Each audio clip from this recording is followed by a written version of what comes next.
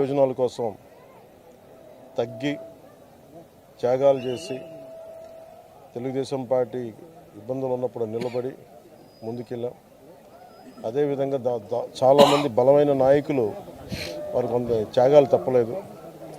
ఆ భాగంలోనే మాకు మండపేట, రామచంద్రాపురం చాలా ఒక 30-40 నియోజకవర్గాలు మా అభ్యర్థులు పెద్దాపురం లాంటి నియోజకవర్గంలో కూడా నేను విత్డ్రా చేయడం జరిగింది. అందరినీ సర్దుకోమని చెప్పాను. దాంట్లో భాగంగానే చాలా బలమైన ప్రజానాయకులు, ప్రజల్లో బలమైన అవగాహన ఉన్న ప్రజా సమస్యల మీద అలాంటి వ్యక్తి వర్మ గారు నా కోసం ఆయన సీట్ని త్యాగం చేశారు. మనస్ఫూర్తిగా వారికి ఈ సందర్భంగా వారికి నా ప్రత్యేక కృతజ్ఞతలు, నమస్కారాలు. ఈ త్యాగం రాష్ట్ర ప్రయోజనాలకే కానీ వ్యక్తిగత ప్రయోజనాలు దాటి చేస్తున్నాం అది. సో మనస్ఫూర్తిగా వారికి కూడా భవిష్యత్తులో ఉన్నత స్థానాలని అధిరోహించాలని దానికి నా కృషి ఉంటుందని కూడా తెలియజేసుకుంటా ఉన్నాను. అలాగే జనసేన కాకినాడ పార్లమెంట్ పరిధిలో పిఠాపురం కూడా దాని తంగెళ్ళ ఉదయ్ శ్రీనివాస్ టీ టైం అధ్యక్షులుగా మన టీ టైం వ్యవస్థాపకుడిగా పేరుంది. దాదాపు 25,000 మంది పైకి ఆయన ఉద్యోగాలు ఇచ్చారు. సో అలాగే దేశం నలుమూలల ఆయన టీ టైం చూడొచ్చు. కాకినాడ పార్లమెంట్కి వెళ్తే ఖచ్చితంగా అది ఉపాధి అవకాశాలు కానీ మనకు కావాల్సిన ఓఎన్జీసీ వల్ల జరుగుతున్న కాలుష్యాలు కానీ ఇవన్నీ చట్టసభ మన పార్లమెంట్లో బలంగా మాట్లాడగలిగే గళం. ఒక్క తెలుగే కాదు, ఆంగ్ల భాషల్లోనూ హిందీ, తమిళ్లో కూడా నిష్ణాతుడు.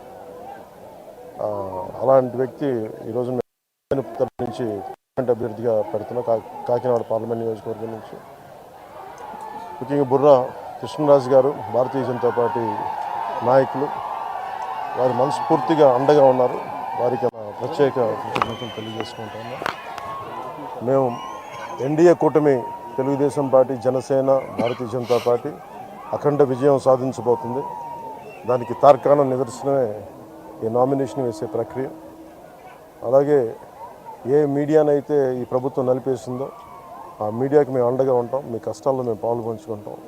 మీ కష్టాలకి మేము చేయూతనిస్తాను మనస్ఫూర్తిగా తెలియజేసుకుంటూ సెలవు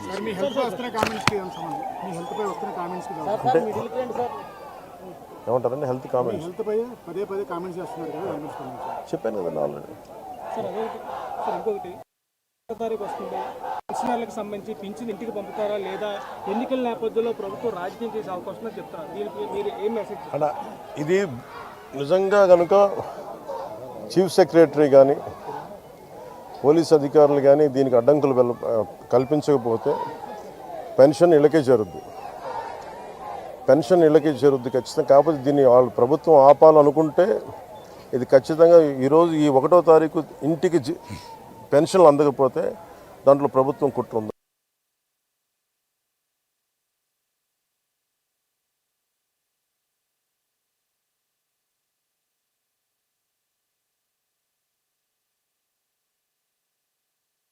త్రికోణ పోటీ ఉంది ఈసారి.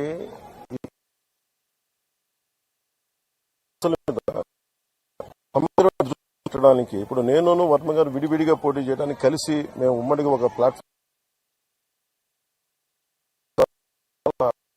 సులభం అవుతుంది. అలాగే క్లాష్ ఉండదు. లేదంటే ఏదన్నా సరే ఈ సమస్యను ఇలా సాల్వ్ చేయాలని ఒక